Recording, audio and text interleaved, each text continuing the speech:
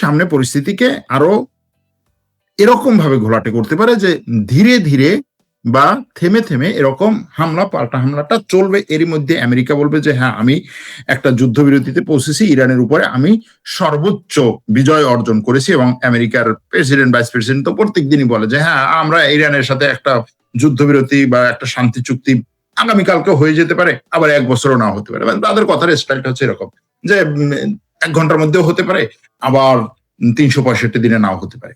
সুতরাং এই যে পরিস্থিতি, এই পরিস্থিতিকে জিয়ে রেখে এই অঞ্চলে দীর্ঘমেয়াদে অশান্তি তৈরি করার যে পরিকল্পনা ইসরায়েলের, সেখানে আমেরিকা এখনো পর্যন্ত সার্ভিস দিয়ে যাচ্ছে। চশমা পরার কারণ হচ্ছে আমার চোখের সমস্যাটা শেষ হয়ে গেলে আমি চশমাটা আর পরবো না। এখন আপনি যে আগের ভিডিওতে বলেছিলেন সিরিয়া জর্ডান হয়ে সৌদিতে রেল সংযোগ চালু হবে, সেটা কি ইহুদিবাদী ইসরায়েল সফল হতে দিবে? এই রেল সংযোগ চালু হতে 3 বছর সময় লাগবে, অর্থাৎ এটা পুরোপুরি কাজ করে শেষ করতে 3 বছর সময় লাগবে। বিষয়টা এরকম না যে আজকে ঘোষণা দিল আর একেবারে কয়েক মাসের মধ্যেই এটা চালু হয়ে গেল, বিষয়টা এরকম না। এখানে আরেকটা উদাহরণ দিয়ে রাখি, যেহেতু আপনি প্রশ্নটা করলেন।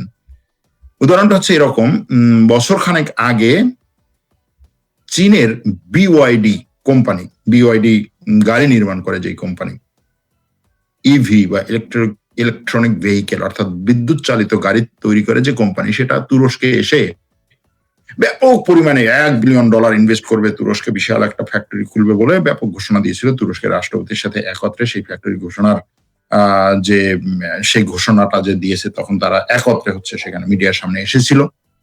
এবং সেই ঘোষণার কারণে, অর্থাৎ তুরস্কে ফ্যাক্টরি করবে এই কারণে, তুরস্কের সরকার এই কোম্পানির গাড়িকে শুল্ক কমিয়ে তুরস্কে ঢোকার অনুমতি দিয়েছিল। অন্যান্য দেশ থেকে গাড়ি আসলে যে পরিমাণ শুল্ক দিতে হয় তার চেয়ে অনেক কমিয়ে গাড়ি ঢুকতে দিয়েছিল। এবং গত 1 বছরে এই কোম্পানিটি মোটামুটি তুরস্কের বাজার 6 লাখ করেছিল, একেবারে ব্যাপক পরিমাণে বিক্রি করেছে বিওয়াইডি।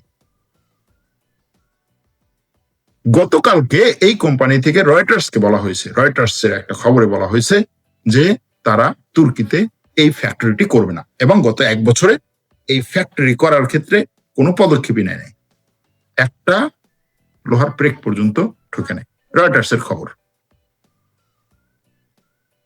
এখন এই যে যেটা বলি, গতকালকে বলেছি যে এরকম পরিকল্পনা, বিভিন্ন ধরনের প্ল্যান পরিকল্পনা হয়, অনেকে এটাকে থামিয়ে দেওয়ার চেষ্টা করে, বিভিন্ন দেশ এটার মধ্যে যুক্ত হয়, এবং দেখা গেছে অনেক সময় এই পরিকল্পনাও আবার বিভিন্ন দেশকে প্রেসারে ফেলার জন্য হয়। শেষ পর্যন্ত কখন বাস্তবায়ন হবে কিনা আসলে সেটা এই মুহূর্তে না আমি বলতে পারছি, না আপনি বলতে পারছেন, না ওই দেশগুলো বলতে পারছে। এই যে মনে করেন চীনের সাথে তুরস্কের যে উদাহরণটা দিলাম, এটার পেছনে কারণ কি? এটার পেছনে খুঁজতে গেলে দেখা যাবে যে অনেকগুলো কারণ আছে। চীনের সরকার তুরস্কের যে রেয়ার আর্থ ম্যাটেরিয়ালস, যে বিশাল খনি পাওয়া গেছে বলছে তুরস্কের সরকার, সেটাতে আগ্রহ দেখিয়েছিল, তুরস্কের সরকার আগ্রহ দেখিয়েছিল, সেখানে তাদের বৈঠকও হয়েছিল। শেষ পর্যন্ত আমেরিকার চাপে সেই বৈঠক তেমন একটা ফল পায়নি, এবং শেষ পর্যন্ত হয়তোবা আমেরিকার কোম্পানিগুলোর সাথে তুরস্ক এই ক্ষেত্রে কাজ করার দিকে ঝুঁকছে। এখনো পর্যন্ত ওইটার সাথেও কিন্তু কোনো চুক্তি হয় নাই। এখন এই যে চীনের সাথে এই রেয়ার আর্থ ম্যাটেরিয়ালস এই খনি উত্তোলন নিয়ে কাজ করা থেকে তুরস্ক দূরে সরছে, হয়তো দেখা গেল যে চীনের সরকার তার কোম্পানির উপর প্রেসার দিয়ে যে ঠিক আছে তুমি এই ফ্যাক্টরি এখানে করো না, এবং এই কোম্পানি বলছে যে আমি এখন হাঙ্গেরিতে ফ্যাক্টরি করব। তো এই ধরনের যে বিষয়গুলো আছে, এগুলো এই যে হিজাজ রেলওয়ে প্রজেক্ট, যেটা তুরস্ক থেকে সিরিয়া হয়ে জর্ডান হয়ে সৌদি আরবে এবং পরবর্তীতে ওমানে যাওয়ার যে রেল লাইনের প্রজেক্ট, এটাতেও এ ধরনের বিভিন্ন চাপ, আঘাত প্রতিঘাত, বিভিন্ন পক্ষের চাপ এটা আসবে, এবং সেগুলোর মাধ্যমে পরবর্তীতে শেষ পর্যন্ত দেখা যাবে যে কি হয়। সরার ভাই, আপনি আমাকে একটা কথা বলবেন, ইসরায়েলপন্থী যেহেতু লেবানন সরকার, তাহলে লেবাননের জনগণের প্রতিক্রিয়া কি একটু জানাবেন। দেখেন, জনগণ যখন দৌড়ের উপরে থাকে, জনগণ যখন দেখে যে তার মাথার উপরে হচ্ছে যে ছাদ, সেটা ইসরায়েলের আক্রমণে ভেঙে যাচ্ছে, তখন সে ওই লেবাননের সরকারের বিরুদ্ধে প্রতিক্রিয়া দেখাবে, নাকি হচ্ছে সে নিরাপদ আশ্রয় খুঁজবে? এরকম একটা পরিস্থিতি। সে লেবাননের সরকারের বিরুদ্ধে ব্যাপক পরিমাণে বিপরীত কি বলে তার এই যে বিরূপ প্রতিক্রিয়া দেখিয়েছে, কিন্তু কোনো ফল তো হয়নি। এবং এ কারণেই দেখা যায় যে সেখানে নির্বাচনেও হিজবুল্লাহ ব্যাপক পরিমাণে একটা সংসদে আসন পায়। ইউক্রেন রাশিয়ার 1 মিনিটের আপডেট দেন। ইউক্রেন রাশিয়ার যুদ্ধে ইউক্রেন এবং রাশিয়া একে অপরের উপরে আক্রমণ করছে। সর্বশেষ হচ্ছে গত রাতে ইউক্রেন ক্রিমিয়া অঞ্চলে রাশিয়ার কৌশলগত বিভিন্ন জায়গায় আক্রমণ করেছে এবং ইউক্রেন বলছে যে ক্রিমিয়াকে রাশিয়ার থেকে বিচ্ছিন্ন করার জন্য আমি সবকিছু করব। অর্থাৎ ইউক্রেন রাশিয়ার মধ্যে আরো ব্যাপক পরিমাণে আক্রমণ করছে, আবার রাশিয়া ইউক্রেনের উপরে তার আক্রমণের তীব্রতা বাড়াচ্ছে। গত প্রায় 1 বছর ধরে ইউক্রেন রাশিয়া যুদ্ধ যে একটা ট্রাম্প আসার পরে যে একটা হচ্ছে স্থিতিশীল অবস্থায় বা স্থিমিত অবস্থায় ছিল, সেখান থেকে সেটাকে নতুন করে এই যুদ্ধের দামামাটাকে পুনরুজ্জীবিত করা হচ্ছে। তালেবান রাশিয়ার সম্পর্কে কিছু বলেন। তালেবান রাশিয়ার সম্পর্ক, তালেবানের এখন সবচাইতে ভালো সম্পর্ক 3টা দেশের সাথে, একটা হচ্ছে রাশিয়া, একটা হচ্ছে চীন, একটা হচ্ছে ভারত। তবে তালেবানের এই মুহূর্তে বা আফগানিস্তানের এই মুহূর্তে সবচাইতে খারাপ সম্পর্ক হচ্ছে পাকিস্তানের সাথে। গত রাতেও পাকিস্তান আফগানিস্তানে হামলা করে কমপক্ষে 13 জন মানুষকে হত্যা করেছে। বস, আমার টেলিগ্রাম আইডি আপনারা অফ করে দিচ্ছেন, দয়া করে অন করে দেন, আমি দেখতে পারি না। আমরা যাদের টেলিগ্রাম আইডি অফ করে দেই কোনো কারণ ছাড়া দেওয়া হয় না। আপনি হয়তো গালাগালি করেছেন, অথবা অশ্লীল শব্দ ব্যবহার করেছেন, অথবা অশ্লীল কোনো লিঙ্ক ব্যবহার করেছেন, এই সমস্ত কারণেই আপনার এই টেলিগ্রাম আইডি অফ করে দেওয়া হয়েছে। সুতরাং এটাকে অন করা হবে না। এবছর তুরস্ক খেলবে, তবে এই ফিফা বিশ্বকাপের ব্যাপারে একটা জিনিস আসলে এবছর মাথায় রাখা দরকার যারা খেলা দেখবেন তাদের জন্য, যে এবছরের খেলাটা শুধু খেলায় থাকবে না, এখানে ব্যাপক পরিমাণে রাজনীতি ঢুকবে। ব্যাপক পরিমাণে রাজনীতি ঢুকবে এই জন্য যে আমেরিকা যে অ্যান্টাই মুসলিম পলিসিগুলো তার দেশের মধ্যে ব্যবহার করছে, সেটা এই ফুটবল খেলায় ব্যাপক পরিমাণে সে প্রচার করবে, ব্যবহার করবে। ইতিমধ্যে ব্যবহার শুরু হয়ে গেছে। ইরানের খেলোয়াড়দেরকে দেশে ঢোকার ব্যাপারে এখনো পর্যন্ত সে বলছে যে আমি অনুমতি দিছি, কিন্তু আসলে কতটুকু অনুমতি দেয়, ইরানের খেলোয়াড়রা আমেরিকায় ঢোকার পথে তাদের কিভাবে হেস্তনেস্ত করা হয়, এটা দেখা যাবে শেষ পর্যন্ত এই সমস্ত প্লেয়াররা আসলেই খেলতে পারে কিনা। ইতিমধ্যে আজকে দেখলাম যে সোমালিয়ার থেকে একজন রেফারি, মুসলিম একজন রেফারি, সে এই বিশ্বকাপে রেফারি করার অনুমতি পেয়েছে ফিফার পক্ষ থেকে, কিন্তু আমেরিকা তাকে ঢুকতে দেয়নি, ঢোকার সময় তাকে আটকে দিয়েছে। আবার হচ্ছে কিছু মুসলিম দেশের খেলোয়াড়দেরকে আমেরিকায় ঢোকার পথে বিমানবন্দরে তাদেরকে এমন ভাবে চেক করা হয়েছে, মানে কুকুর টুকুর দিয়ে এবং তাদের যে বোমা এক্সপার্টদেরকে দিয়ে, যে মনে হচ্ছে যে তারা মনে হয় খেলোয়াড় না, তারা বোমা বহন করছে, এরকম কিছু অবস্থা। তো এই যে পরিস্থিতি, এই পরিস্থিতিতে এই বিশ্বকাপ শুধুমাত্র বিশ্বকাপ হিসেবেই থাকবে না, এখানে ব্যাপক পরিমাণে রাজনীতি ঢুকবে এবং অনেক চাঞ্চল্যকর ঘটনা ঘটবে। পাকিস্তান হঠাৎ করে যে আফগানিস্তানে আক্রমণ করলো, এটা কি গিলগিত বালচিস্তানে চালানো নৃশংসতার ঢাকার অপকৌশল? পাশাপাশি আজাদ কাশ্মীরে যে লাশ হাসপাতালে, লেখাটা চলে গেল, হ্যাঁ, আজাদ কাশ্মীরে যে লাশ হাসপাতাল থেকে নিতে দিচ্ছে না, সে সম্পর্কে এই সম্পর্কে সত্যি সত্যি আমার আসলে কোনো ধারণা নাই। ভারতের কতটুকু হেডাম আছে বাংলাদেশে আক্রমণ করার জন্য, এই বিষয়ে যদি বলতেন ভাই।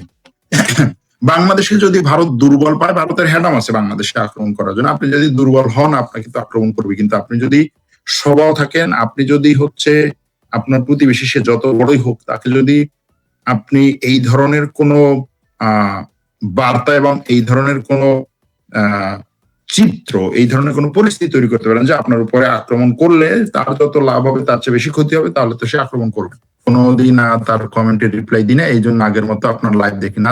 আজকে কমেন্টে রিপ্লাই দিলাম, এখন আগের চেয়ে বেশি আমার লাইভ দেখিয়েন। চশমা লাগাচ্ছেন কেন? চশমা লাগাইছি সবকিছু যেন আরো ভালো দেখা যায়, এই জন্য। ভাই, আমি তো একটা নিউজ শেয়ার করার জন্য আমাকে কমেন্ট ব্লক করে দেওয়া হয়েছে, তাহলে কি নিউজ শেয়ার করাও আপনার গাইডলাইনের নিষিদ্ধ?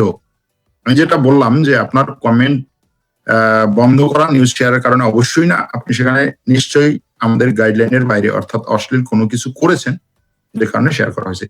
ইউক্রেন কি রাশিয়ার সাথে সমঝোতা যাবে? রাশিয়া কেন দ্রুত গতিতে ইউক্রেন দখল করতে পারলো না, এই বিষয়ে কিছু বলেন। দেখেন, রাশিয়া কেন ইউক্রেনকে দ্রুত গতিতে দখল করতে পারলো না?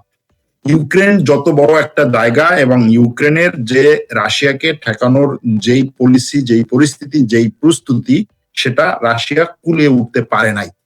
এটাকে আপনার কাছে এরকম মনে হতে পারে যে রাশিয়া ব্যাপক পরিমাণে সামরিক শক্তি এবং রাশিয়া চাইলে ইউক্রেনকে একেবারে দখল করে ফেলতে পারতো, সে দখল করলো না। আপনার মন্তব্যটা এরকম, কিন্তু এতটা সহজ না, এতটা সহজ না। এক হচ্ছে ইউক্রেনের পেছনে আমেরিকা, ইউরোপ, অনেকগুলো দেশ আছে, তাকে বিভিন্ন ধরনের পরামর্শ দিচ্ছে, সাপোর্ট দিচ্ছে। আবার ইউক্রেন অনেক বড় একটা দেশ, আবার ইউক্রেনের অস্ত্র উৎপাদন সক্ষমতাও কিন্তু কোনো অংশে কম না। সে ব্যাপক পরিমাণে ড্রোন উৎপাদন করতে পারে, তার ব্যাপক পরিমাণে কি বলে ট্যাঙ্ক আছে। সুতরাং রাশিয়াকে টিকিয়ে দেওয়ার মতো পরিস্থিতি তার আছে। আর রাশিয়া ওখান থেকে উড়ে এসে ইউক্রেনে যেভাবে আক্রমণ করছে, ইউক্রেন ও রাশিয়ার মধ্যে ব্যাপক পরিমাণে আক্রমণ কিন্তু করেছে। সুতরাং এই যুদ্ধটাকে একপাক্ষিক শুধুমাত্র যে ইউক্রেন রাশিয়া চলে আসলো আর ইউক্রেনকে পুরোপুরি দখল করলো, বিষয়টা সেরকম না। ছোট্ট একটা গাজা ভূখণ্ড যেখানে হামাসের হাতে তেমন কিছুই নেই, সেইটা পর্যন্ত ইসরায়েল, আমেরিকা পুরো পশ্চিমা বিশ্ব নিয়ে দখল করতে পারে নাই। তাহলে আপনি এটা কি বলছেন যে ইউক্রেন রাশিয়াকে একেবারে কেন এত তাড়াতাড়ি দখল করছে না? ভারত রংপুর ও চট্টগ্রাম দখল করতে যে ষড়যন্ত্র করেছে, এখানে তুরস্কের ভূমিকা কি বাংলাদেশের সার্বভৌমত্ব হুমকিতে, এটা নিয়ে কিছু বলেন? আমি আসলে এই ব্যাপারে বিস্তারিত জানি না, যে কারণে এই ব্যাপারে আসলে আমি এই মুহূর্তে বলতে পারছি না। উম্মাদ ট্রাম্প আবার যুদ্ধে জড়ালো, বোঝা যাচ্ছে নেতানিয়াহু যুদ্ধ থামাবে না। আমেরিকার কোন সরকার ইসরায়েলের বিপক্ষে দাঁড়ানোর সাহস রাখে না। দিন দিন ইউক্রেন যেভাবে রাশিয়ার উপরে হামলা বাড়াচ্ছে, তাতে রাশিয়া প্রতিক্রিয়া তো সেই মাত্রায় দেখি না। কারণ কি ইউক্রেনের তুলনায় রাশিয়ার ড্রোন সক্ষমতা কম নাকি? না, রাশিয়াও প্রতিক্রিয়া দেখাচ্ছে, কিন্তু ইউক্রেন বলছে সে রাশিয়ার ড্রোনকে প্রতিহত করার সক্ষমতা অনেক বেশি অর্জন করেছে। আপনাকে ধন্যবাদ ভাই সঠিক খবর দেওয়ার জন্য। আমি আপনার নিয়মিত দর্শক, আমি কোনোদিন রিপ্লাই দিই না, অপেক্ষায় ছিলাম, কাজের মধ্যে থেকেও ঝিনাইদহ থেকে যুক্ত হলাম। আপনার উপর কি পরিমাণ চাপ আসে নিউজ করার জন্য, সেটা যদি জানতে চান তাহলে আমার সাথে আপনার ঘোরাঘুরি করতে হবে, তাহলে বুঝতে পারবেন কি পরিমাণ চাপ আসে নিউজ করার জন্য।